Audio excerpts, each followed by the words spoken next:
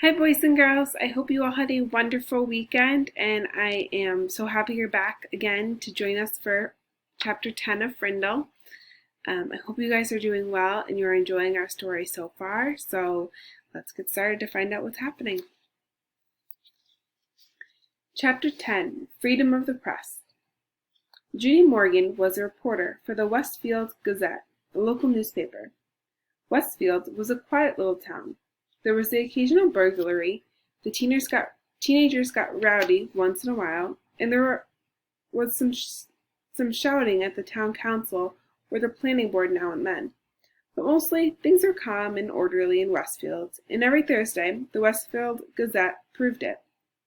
Ted Bell sold advertisements for the paper, and he had a daughter in the fourth grade at Lincoln Elementary. He told Judy that a bunch of fifth graders were making trouble and were not obeying teachers anymore, that there was something about a secret code word they were all using. And half the students had been kept after school one day last week, including his own little girl. The only other story Judy was working on was about 18 new trees that were going to be planted along East Main Street. These trees could wait. This thing at the elementary school seemed like a real story. So Judy Morgan showed up at Lincoln Elementary School at 3 o'clock the day after Miss Chatham had been to visit Nick's parents. The sign on the door said, "All visitors must report to the office," and she did. On the bulletin board outside the office, Judy saw Mrs. Granger's notice about the punishment for using the word Frindle. She stepped back 2 paces, aimed her camera at the notice, and snapped a photo. She read the notice once more and then stepped into the office. Mrs. Freed, the school secretary, looked up and smiled. "May I help you?" "Yes, I'm sure you can. My name is Judy Morgan, and I work for the Westfield Gazette. I'd like to know about the poster outside the office. And the one about the word Frindle? Who should I talk to?" Miss Freed stopped smiling. She was sick and tired of anything to do with that word. For the past week, her phone had been ringing off the hook. If it wasn't a parent complaining about a child who had to stay after school, it was someone from the school board trying to get in touch with Miss Chatham or Mrs. Granger. Mrs. Freed pursed her lips and narrowed her eyes. She said, "You'll have to speak with the principal. Let me see if Miss Chatham is free." She was. There wasn't a principal alive who won't find time to talk to someone from the local newspaper. The reporter was invited into Mrs. Chatham's office.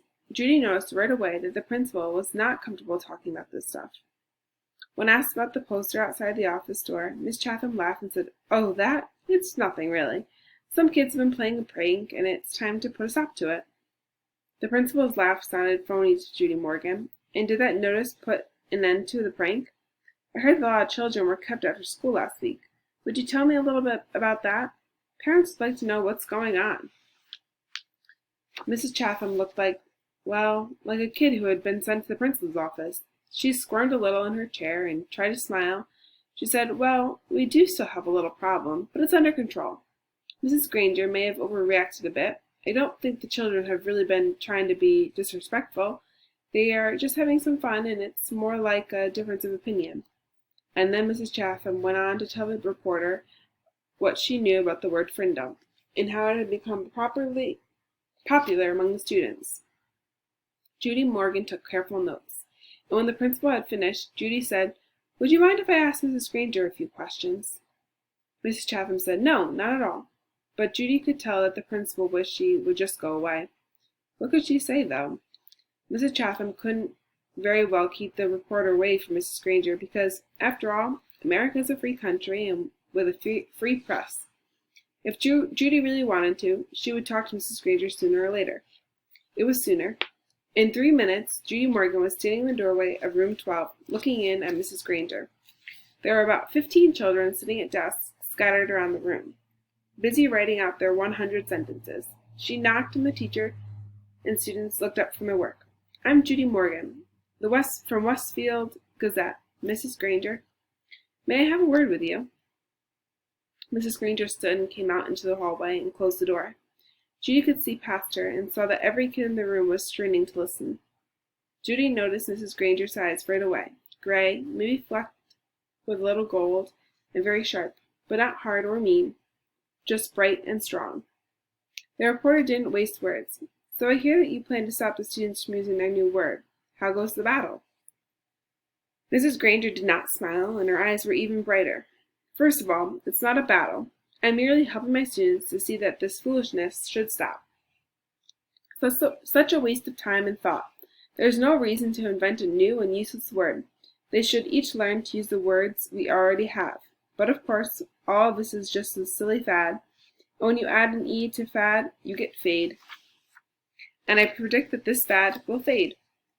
Judy looked up from her notepad and asked, "Any idea how it all got started?" Mrs. Granger's eyes seemed to almost catch on fire at that question, and she said, "Yes, I have a very good idea of how it all started. It was one young man's idea, a fifth-grade student named Nicholas Allen.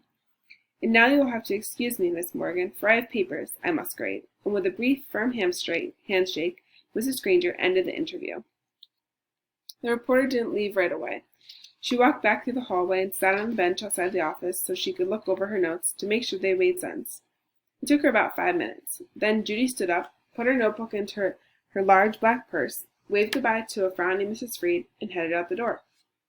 As she walked to the parking lot, 5 or 6 kids who had just finished writing their sentences for Mrs. Granger came out another door. Judy walked beside them, listening to them laugh and joke. Then she asked them, "Why do you kids keep saying Frindle? Don't you hate staying after school?" A boy who was almost falling over from the weight of his backpack looked up at her and smiled. "It's not so bad. There's always a bunch of my friends there. I've written that sentence 600 times now." And then the kids said Mrs. Granger didn't even look at their punishment papers anymore. They were sure, because where we were supposed to write, "I am writing this punishment with a pen," everyone was writing the word Frindle every 4th or 5th sentence. Mrs. Granger hadn't said anything. One girl bragged that she had even written the word Frindle 45 times on her sheet today. She graded and said, "That's a new record." "And this boy named Nick," Judy asked, "has he had to stay after school too?"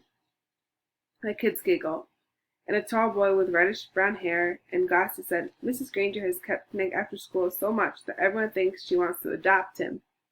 The reporter smiled and said, "Do you think I could find Nick and talk to him this afternoon?" The boy looked at Judy for a second, and then said, "I don't think Nick would want to talk to you right now. He might say something stupid and get himself into trouble." Then he grinned at his friends. The kids laughed and poked and punched each other and headed off down the block. Judy drove back to her office and started writing. The next morning, a brown envelope arrived at the Gazette offices, addressed to Judy Morgan, and below her name was written "Frindle Story." When Judy opened it, there was a class picture, the 5th grade of Lincoln Elementary School. Mrs. Granger and the 6 other teachers were standing at the ends of the rows, and kids were dressed neatly, hair all combed, but there was something odd about the picture. The reporter looked closely and saw that each kid was holding up a pen, and each little mouth was puckered in the same way.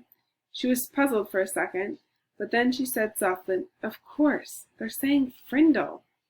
Written on the back of the picture in neat cursive was 3rd row, 5th from the left. Judy looked at the picture, and saw the same grinning red-haired boy with glasses that she had talked to in the school parking lot yesterday. She chuckled and said, "Well, well, well. Pleased to meet you, Mr. Nicholas Allen." And here's a nice little picture of one of the notes that says, "I am writing this punishment with a Frindle," and saying this is the new record. So that is all for chapter 10. I hope you guys tune in for tomorrow when we start chapter 11 so we can find out what's going to go on with this story. Bye, guys.